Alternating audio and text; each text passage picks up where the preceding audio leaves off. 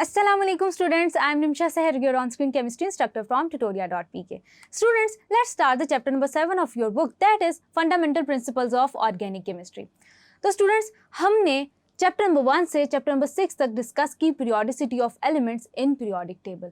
हमने डिस्कस किया, कैटेगराइज किया डिफरेंट एलिमेंट्स को ग्रुप्स के अंदर और हमने उनकी प्रॉपर्टीज को पीरियोडिक मैनर के अंदर डिस्कस किया और उनकी स्टूडेंट्स हमने रिएक्टिविटी को भी डिस्कस किया। अब स्टूडेंट्स जब हमने मुख्तलिफ प्रॉपर्टीज को डिस्कस किया तो अब हमें आइडिया हो चुका है कि आपके पास कौन सा एलिमेंट पीरियोडिक टेबल में कहाँ एग्जिस्ट कर रहा है और कौन सी प्रॉपर्टी एग्जिबिट कर रहा है। अब स्टूडेंट्स हम चलते हैं इस चैप्टर की तरफ, इसको थॉरली डिस्कस करते हैं। ये चैप्टर स्टूडेंट्स आपका बेसिक कॉन्सेप्ट बिल्डिंग कर रहा होगा टुवर्ड्स ऑर्गेनिक केमिस्ट्री और स्टूडेंट्स आपको हेल्प आउट करेगा कि आप फर्दर चैप्टर्स को इजीली थॉरली स्टडी कर सकें। तो सबसे पहले स्टूडेंट्स हम क्या करते हैं कि ऑर्गेनिक केमिस्ट्री को डिफाइन करते हैं। Students the chemistry that is associated to organic molecules is called as organic chemistry. Students आपके पास वो ऑर्गेनिक मॉलिक्यूल्स कौन से हैं? That are constituted by hydrocarbons. Hydrocarbons क्या हैं? वो मॉलिक्यूल्स हैं that contain hydrogen and carbon essentially, यानी कि स्टूडेंट्स आपके पास डिफरेंट दूसरे एलिमेंट्स के भी फ्रैक्शंस इसके अंदर एग्जिस्ट कर रहे होते हैं, लेकिन स्टूडेंट्स आपके पास जो कार्बन लेंथ या चेन्स होती हैं वो कॉन्स्टिट्यूट कर रही होती हैं कार्बन और हाइड्रोजन की। अब स्टूडेंट्स आपके पास ऑर्गेनिक कंपाउंड्स को लेके कुछ कॉन्सेप्ट्स थे, कुछ मिथ्स थी, उनमें से एक को डिस्कस कर लेते हैं। स्टूडेंट्स आपके पास एक कॉन्सेप्ट एग्जिस्ट करता था जिसको आप कहते हैं वाइटल फोर्स थ्योरी। स्टूडेंट्स जो आपके पास वाइटल फोर्स थ्योरी थी वो ये कहती थी कि आप कोई भी ऑर्गेनिक मॉलिक्यूल इनऑर्गेनिक मॉलिक्यूल से सिंथेसाइज नहीं कर सकते, यानी कि स्टूडेंट्स आपके पास उस टाइम पे जब ऑर्गेनिक केमिस्ट्री इतनी ज़्यादा कॉमन नहीं थी, ये माना जाता था कि आपके पास जितने भी ऑर्गेनिक मॉलिक्यूल्स हैं वो ऑर्गेनिक कंपाउंड से ही मिलकर बनते हैं, यानी कि लैब्स में आप उनको इनऑर्गेनिक मॉलिक्यूल से सिंथेसाइज नहीं कर सकते। स्टूडेंट्स इस कॉन्सेप्ट को होलर एक साइंटिस्ट थे, उन्होंने रिजेक्ट किया। वो कैसे किया? उन्होंने यूरिया को लैब में सिंथेसाइज किया from that of inorganic compound that was ammonium cyanate. तो students after that thousands of compounds were synthesized from inorganic molecules, यानी कि स्टूडेंट्स आप inorganic molecules के थ्रू ऑर्गेनिक कंपाउंड्स जनरेट कर सकते हैं, सिंथेसाइज कर सकते हैं अपनी लैब्स के अंदर।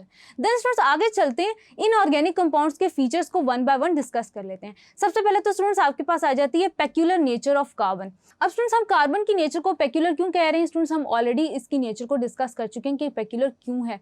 इसमें स्टूडेंट्स जब हम ये चैप्टर डिस्कस कर रहे थे तो कार्बन की ऑक्साइड्स को डिस्कस करने से पहले हमने डिस्कस किया था कि आपके पास कार्बन और सिलिकॉन पेक्यूलर क्यों है इन कैरेक्टर। वो इसलिए क्योंकि स्टूडेंट्स इनके अंदर एक प्रॉपर्टी एग्जिस्ट करती है जो कि सेल्फ लिंकेज प्रॉपर्टी है, जिसकी बेस पे स्टूडेंट्स ये आपके पास long chains of compound constitute करते हैं। जैसे कि स्टूडेंट्स आप अपने सामने भी एक मॉलिक्यूल को एज एन एग्जांपल देख सकते हैं। स्टूडेंट्स उस प्रॉपर्टी को आप कैटेनेशन कहते हैं। ये कैटेनेशन की प्रॉपर्टी स्टूडेंट्स आपके पास डाउन द ग्रुप डिक्रीज होती थी और जनरली प्रिवेलेंट थी कार्बन के अंदर एंड सिलिकॉन के अंदर।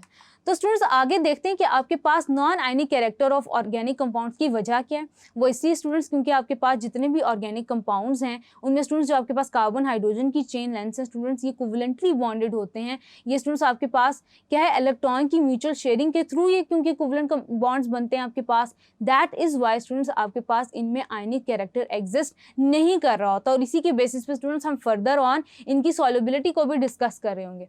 सिमिलैरिटी इन बिहेवियर को स्टूडेंट्स हम देखते हैं तो आपके पास एक पर्टिकुलर सीरीज के अंदर स्टूडेंट्स आपके पास जो ऑर्गेनिक कंपाउंड्स होते हैं वो अपने बिहेवियर में सिमिलैरिटी एग्जिस्ट कर रहे होते हैं। और वो क्यों एग्जिस्ट कर रहे होते हैं? क्योंकि स्टूडेंट्स आपके पास एक definite series of organic molecules के अंदर जो डिफरेंस आ रहा होता है वो एक मिथाइलिन ग्रुप के यूनिट का आ रहा होता है। जैसे कि स्टूडेंट्स अगर हम अल्केन्स की सीरीज को डिस्कस करें तो आपके सामने methane, ethane, propane, butane, pentane, hexane students ये एग्जिस्ट करें तो आप ये देख सकते हैं कि एक यूनिट से यानी कि एक मिथाइलिन ग्रुप के यूनिट से इनके अंदर डिफरेंस आ रहा है। जैसे स्टूडेंट्स इथेन और प्रोपेन की केस में अगर आप देखें तो आप इथेन के अंदर एक मिथाइलिन ग्रुप ऐड कर दें तो आपके पास क्या बनता है? प्रोपेन बनता है। यानी कि स्टूडेंट्स आपके पास पूरी जो अल्केन की सीरीज है वो एक ग्रुप से डिफर कर रही है और स्टूडेंट्स इस सीरीज को जो कि आपके पास एक मिथाइलिन ग्रुप से डिफर कर रही है उसको स्टूडेंट्स हम कहेंगे होमोलोगस सीरीज। अब स्टूडेंट्स प्रॉपर्टीज को जब हम डिस्कस करते हैं तो स्टूडेंट्स हम ये देखते हैं कि फिजिकल जितने भी पैरामीटर्स हैं आपके पास मेल्टिंग और बॉइलिंग पॉइंट्स है, सॉल्युबिलिटी है या फिजिकल स्टेट है कि गैस की फॉर्म में एग्जिस्ट कर रहा है, लिक्विड की फॉर्म में एग्जिस्ट कर रहा है या सॉलिड की फॉर्म में आपका कंपाउंड एग्जिस्ट कर रहा है। तो स्टूडेंट्स क्या होगा कि फिजिकल पैरामीटर्स जितने भी हैं वो आपके पास एक मिथाइलिन ग्रुप ऐड होने के बाद फर्दर इनहैंस होते चले जाएंगे। यानी कि स्टूडेंट्स मीथेन, इथेन, प्रोपेन की आपके पास सक्सेसिवली जब आप आगे चलते जाएंगे तो स्टूडेंट्स आपके पास मेल्टिंग और बॉइलिंग पॉइंट इंक्रीज होते चले जाएंगे जैसे जैसे सीरीज आपके पास आगे चलती चली जाएगी। देन स्टूडेंट्स हमने डिस्कस किया सिमिलैरिटी इन बिहेवियर को in terms of homologous series. आगे चलते हैं, देखते हैं कि आपके पास ऑर्गेनिक मॉलिक्यूल्स कॉम्प्लेक्स कैसे हैं। कॉम्प्लेक्स स्टूडेंट्स आपके पास ऐसे हैं कि डिफरेंट एलिमेंट्स का ट्रेसेस इनके अंदर प्रेजेंट होते हैं ऑलरेडी। देन स्टूडेंट्स आपके पास लॉन्ग चेन ऑफ मॉलिक्यूल्स की फॉर्म में एग्जिस्ट कर रहे होते हैं, कॉम्प्लेक्स मॉलिक्यूल्स जनरेट करते हैं like DNA, RNA, proteins, carbohydrate, cellulose, student starch वगैरह। देन स्टूडेंट्स आपके पास जो हीमोग्लोबिन है या क्लोरोफिल है, ये भी आप लोगों के पास एसेंशियली ऑर्गेनिक मॉलिक्यूल्स हैं जिनके अंदर इनऑर्गेनिक पोर्शंस भी प्रेजेंट होते हैं। यानी कि स्टूडेंट्स आपके पास ऑर्गेनिक कंपाउंड्स इतने कॉम्प्लेक्स होते हैं कि इनके अंदर इनऑर्गेनिक पोर्शंस भी एग्जिस्ट कर सकते हैं। तो students that defines the complexity of organic molecules. आगे स्टूडेंट्स डिस्कस करते हैं आइसोमेरिज्म को।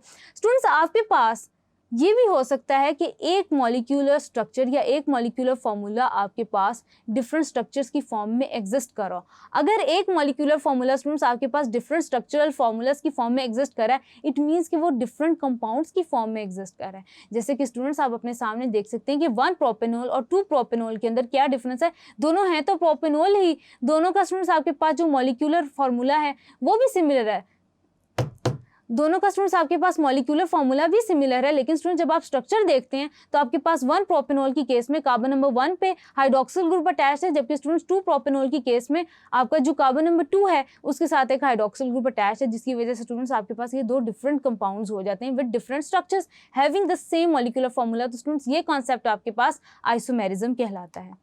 Then students rates of organic reactions are slow, क्योंकि स्टूडेंट्स ये आपके पास कोवेलेंटली बॉन्डेड होते हैं एक दूसरे से। दैट इज वाई स्टूडेंट्स आपके पास जितने भी आपके पास जो ऑर्गेनिक रिएक्शंस होते हैं या स्टूडेंट्स या रेट ऑफ ऑर्गेनिक रिएक्शन जो आपके पास स्लो होता है as compare to that of ionic reaction, जो कि स्टूडेंट्स कंपैरेटिवली बहुत ज़्यादा फास्ट होते हैं। देन स्टूडेंट्स सॉल्युबिलिटी की बात करते हैं कि आपके पास जितने भी आयनिक कंपाउंड्स होते हैं वो आपके पास पोलर सॉल्वेंट्स में डिसॉल्व होते हैं। देन स्टूडेंट्स आपको अच्छी तरह से पता है कि जितने भी कोवेलेंट कंपाउंड्स होते हैं वो आपके पास नॉन पोलर सब्सटेंसेस के अंदर सॉल्यूबल होते हैं, यानी कि students like dissolve like polar principle ये भी फॉलो कर रहे होते हैं। आगे चलते हैं students, importance of organic chemistry को डिस्कस करते हैं कि ऑर्गेनिक केमिस्ट्री हमारे लिए इंपॉर्टेंट क्यों है। Thank you.